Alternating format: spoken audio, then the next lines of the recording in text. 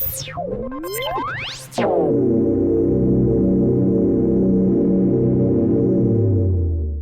is your weekly report on corruption in the Philippine government.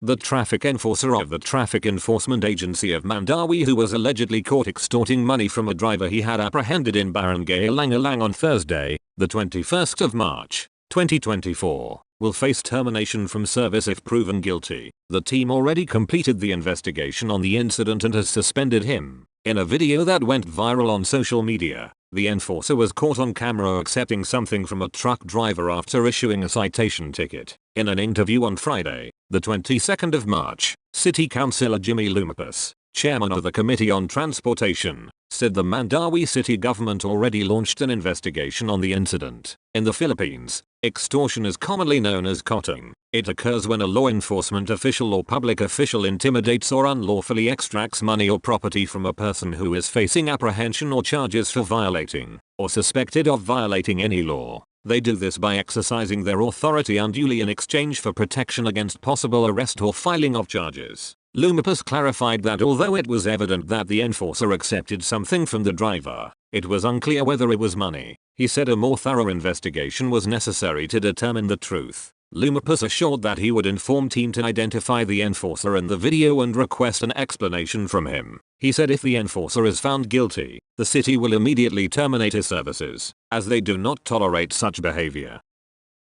Police arrested an employee of Quezon City Hall for robbery extortion during an entrapment operation on Saturday. The National Capital Region Police Office identified the 56-year-old suspect as Joel Aquino Avila, who was apprehended by the Criminal Investigation and Detection Unit operatives in a restaurant along Visayas Avenue, Barangay Vasra. Records showed that Avila was an employee of QC Hall's engineering office. An unnamed complainant told the police that the suspect asked him to deposit 2 checks worth 1 million pesos and 500,000 pesos, which were supposed to be used to process of his building permit, business permit, zoning, and certificate of exemption for the warehouse of his pet food business back in 2022. In the same year, Avila allegedly demanded another 1.1 million pesos for a certificate of exemption. However, the complainant said he did not receive any documents from the suspect. 2 years later, on the 15th of March, the complainant said Avila asked him again for 700,000 pesos. Authorities arrested him during their transaction. Avila is currently under the custody of the CIDUQ-CPD. The Police Regional Office 9 has ordered the investigation of 4 Zamboanga Peninsula policemen for allegedly extorting from a businessman from Pagadian City. Businessman Ray Palma Libra, 39, and 2 of his workers were heading toward the Zamboanga city proper at around noontime on Thursday, the 21st of March, when they were accosted by 3 lawmen assigned to the PRO9. The businessman was turned over by the 3 policemen to the Cabaluay Community Police Action Center under the Sangali Police Station. Initial investigation reportedly focused on the involvement of the 3 policemen under the Regional Drug Enforcement Unit 9 and a personnel of the Sangali Police Station in the extortion activity. PRO9 Director Police Brigadier General Bowen Joey Masording has ordered the Regional Investigation and Detective Management Division and the Zamboanga City Police Office to conduct an extensive probe to determine the culpability of these police personnel. The integrity and professionalism of PRO9 are of utmost importance and any misconduct or abuse of authority will not be tolerated, said Masording. Baguio Mayor Benjamin Magalong is facing another graft case before the Office of the Ombudsman in connection with the allegedly anomalous improvement and rehabilitation of a 50 million pesos multipurpose building in Barangay Irisan. The complaint was filed by Councillor Mylan Yaranan, who alleged that Magalong violated Republic Act 3019 or the Anti-Graft and Corrupt Practices Act. Yaranan said the project was implemented through a memorandum of agreement signed between the Department of Public Works and Highways Cordillera and the city government of Baguio, which awarded the contract to Cartib Construction on the 18th of December, 2021. She said the project should have been completed within 350 days or by the 8th of December, 2022. Yaranan said a project engineer of the DPWH questioned the discrepancies in the elevation, footing and sizes of the columns of the building during a meeting with the Baguio City Building and Architects Office on the 20th of March 20. The Baguio City District Engineering Office of the DPWH said that any change in the project should be made in accordance with the MOA, including submission of a variation order. The BCDEO said any allowed action on a variance is limited to 10% of the contract amount. If the amount is higher,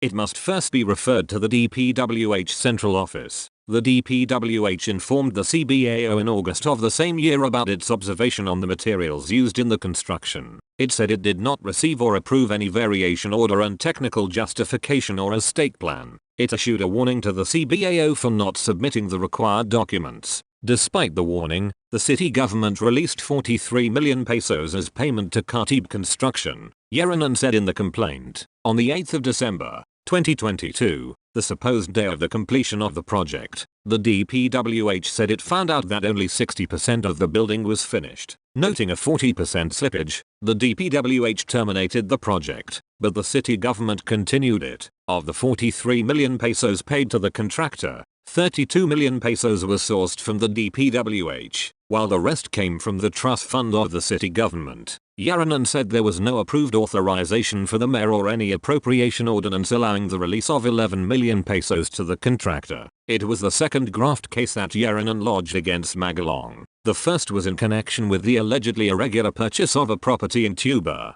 Benguet for the city's social housing program. A councillor was shot and killed Tuesday by riding in tandem gunmen in his village in San Andres town in Quezon province. The Quezon police said in a report on Wednesday, the 27th of March, that Joseph Ansit, 59, a councilman and leader of farmers in Barangay Camplora was aboard his motorcycle on his way home at 5:15 p.m. when the gunmen riding a motorcycle appeared and repeatedly shot him using handguns. The killers sped off and left their target dead on the spot. The police were conducting further investigations to identify the killers. Authorities were eyeing land dispute as a possible motive behind the killing. San Andres, a known hotbed of agrarian disputes, is located in the province's 3rd district, Bondok Peninsula. 7 police officers were relieved from their posts in connection with the deaths of drug suspects in alleged shootout in Davao City after Mayor Sebastian Duterte declared a war on drugs in the city. The administrative relief of the policemen came after Philippine National Police Chief General Benjamin Acorda Jr. ordered an investigation on the supposed armed encounters where 7 drug suspects were killed in less than a week after Duterte's declaration. Our chief PNP, through the regional director, gave orders to investigate these incidents and give way to an impartial investigation. PNP Public Information Officer Colonel Jean Fajardo told a news briefing at Camp Crame yesterday. The PNP Internal Affairs Service has also started its probe into the killings, Fajardo said. Davao Region Police Director Brigadier General Alden Delvo said the 7 policemen were disarmed and would be subjected to paraffin testing. Delvo did not rule out the possibility that more police officers will be relieved from their posts in the coming days. We will be investigating all personnel involved in the police operations, he said in a text message.